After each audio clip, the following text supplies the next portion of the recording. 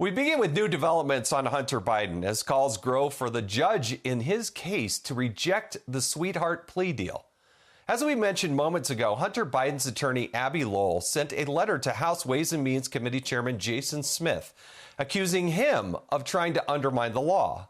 Lowell says the Hunter WhatsApp messages Smith posted to social media looked fake, but doesn't write anything refuting the contents of the messages. Lowell also claims that the IRS whistleblowers were, quote, not told, as every government interviewer does, that providing false testimony could lead to criminal charges. But the transcripts from both their testimonies released by the Ways and Means Committee show that they were informed of that before they answered their questions.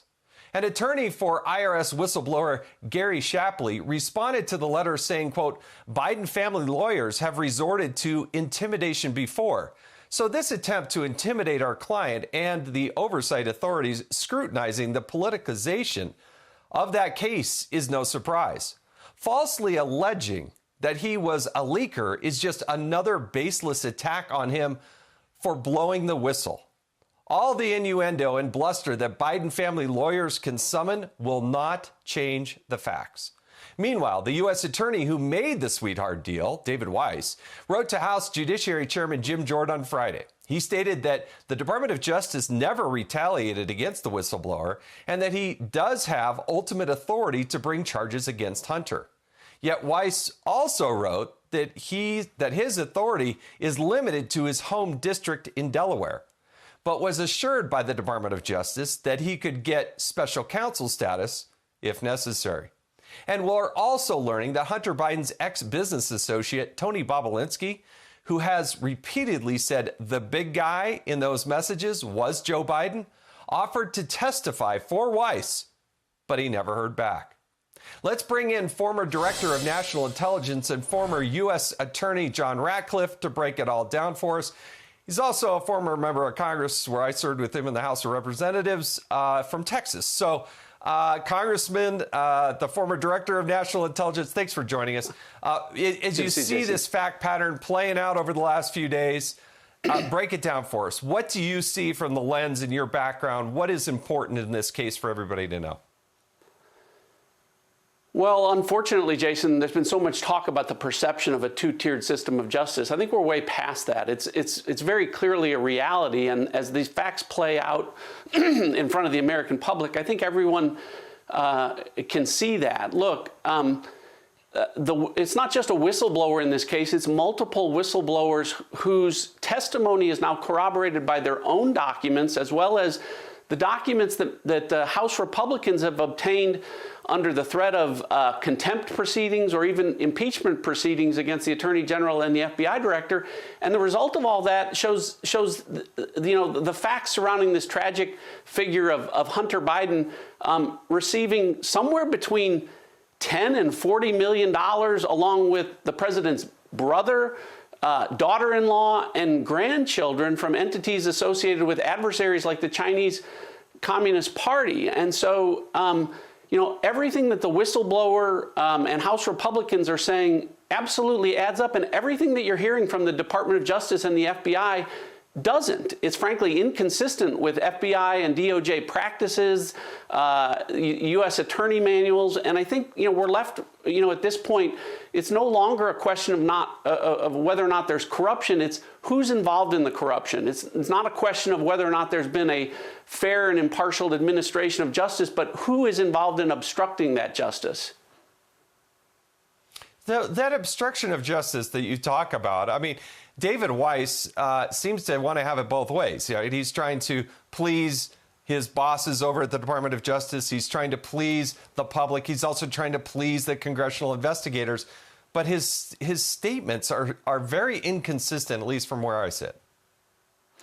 Yeah, they absolutely are. And there's a simple way for him to clear this up. Look, I was a U.S. attorney. We didn't have special powers. If you became a special attorney or had special counsel powers, there would be an order that supported that. So if there is in this case, where is it? Why don't you just produce it? And the fact that he hasn't done that and the Attorney General hasn't done that, instead they've offered cryptic statements that are inconsistent with everyone within the Department of Justice and FBI knowing to be the facts. And at the same time, everyone who's familiar with these procedures knows that what the whistleblowers, plural, are saying is absolutely accurate in terms of how this is supposed to proceed.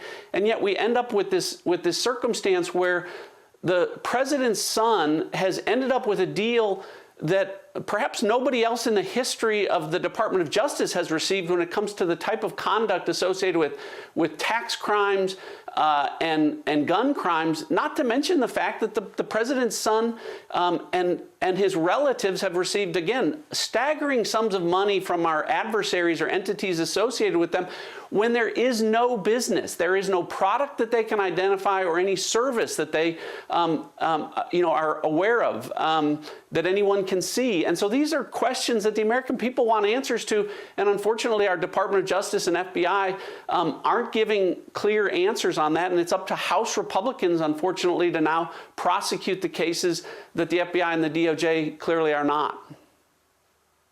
You know, it was something like 3 years ago where you, as the Director of National Intelligence, our senior most intelligence person in the entire country, authenticated the laptop. I mean, this was about 3 years before John Durham in his report. And yet there's still this discussion and lack of intellectual curiosity from the national media about the contents and the evidence that's found on that laptop. Yeah, I think, and that's just one of many circumstances where we've seen this disparity, and in that case, amplifying a lie about Hunter Biden's laptop when it clearly showed, the things that are now coming to light and being verified by whistleblowers, by House Republicans in the efforts that they've moved forward to obtain these documents that we can all see.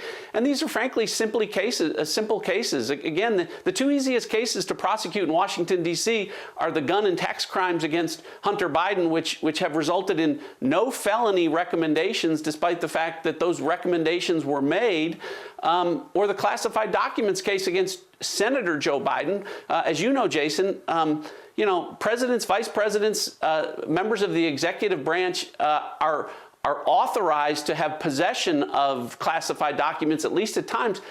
Senators and congressmen never are. The fact that Senator Joe Biden was in possession in 2 different locations of those documents, that's the easiest case in the world, to prove beyond a reasonable doubt. And yet we've heard nothing from the special counsel appointed by the Biden administration in that case. And so it underscores the disparity that we're seeing. And it's really why, I think the next president is really going to have to do more than just replace the Attorney General and the FBI director, but really turn these entities inside out and address the cultural problem that has existed ever since Eric Holder said that he was Barack Obama's wingman and began to embed partisans throughout the FBI and the Department of Justice. And I think, to identify this as a small problem is a mistake. It's a cultural problem. It's not a one-off issue. We're seeing it over and over again where there is a disparity of treatment within the Department of Justice.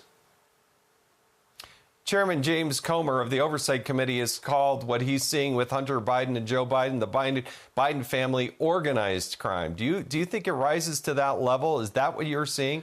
Is that fair for him to suggest that this is organized crime? More than fair. Again, what product or service was provided by Biden Inc. for the somewhere between $10 and $40 million that family members have received from foreign entities, many of whom are our adversaries? And the problem, Jason, is China's been engaged in a Cold War with us for a long period of time, but now they seem to be preparing for a kinetic conflict. So Chinese nationals coming across our border, spycraft going over our military sites, Chinese expanding their influence in Cuba, all in the event that the eventuality when they move on Taiwan and attack Taiwan, if the U.S. is in a position to defend Taiwan, China wants to be in a position to address the United States with assets within our homeland, in and around our homeland, and our military and our ports.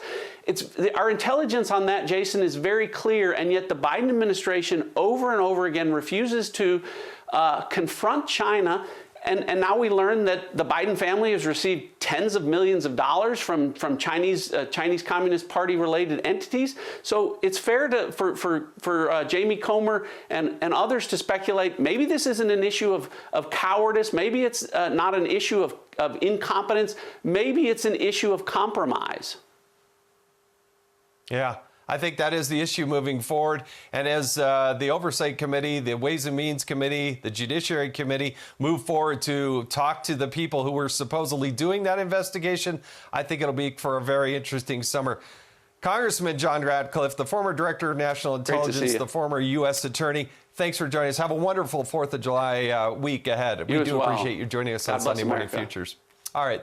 Thank you. Hi, everyone. I'm Brian Kilmeade. I want you to do me a favor. I want you to click to subscribe to the Fox News YouTube page. This is the only way that I know for sure that you're not going to miss any great commentary, any great news bites, any great interviews coming your way on Fox. You can get it all here on YouTube. So subscribe right now.